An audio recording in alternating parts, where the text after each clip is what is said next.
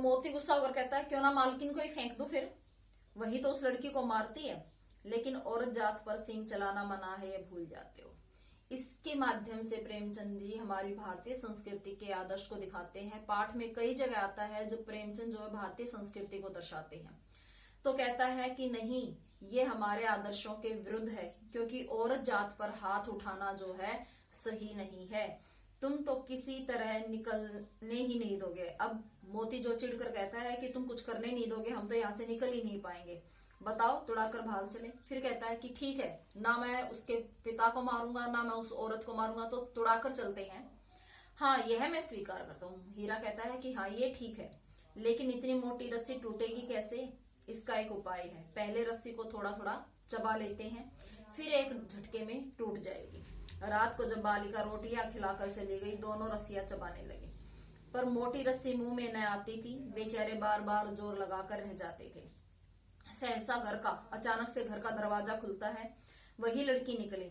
दोनों सिर झुकाकर उसको चाटने लगते हैं, प्रेम पूर्वक जो है उस लड़की को चाटने लगते हैं।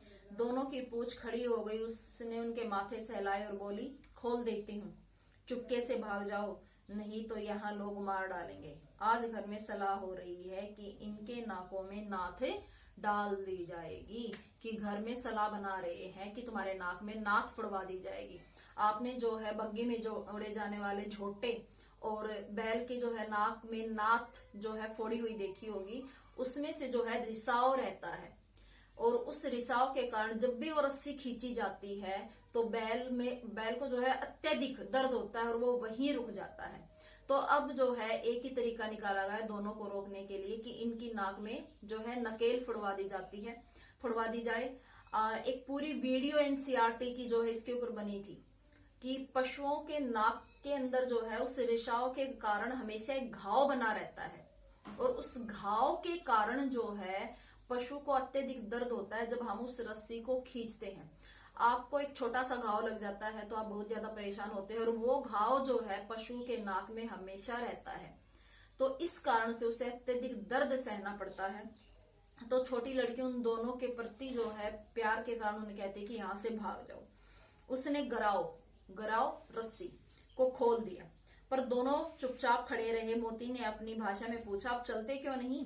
हीरा ने कहा, चलें तो, लेकिन कल इस अनाथ पर फिर आफत आ जाएगी कि ये पिटेगी। सबका जो है शक इस पर जाएगा कि इसने बैलों को खोला है।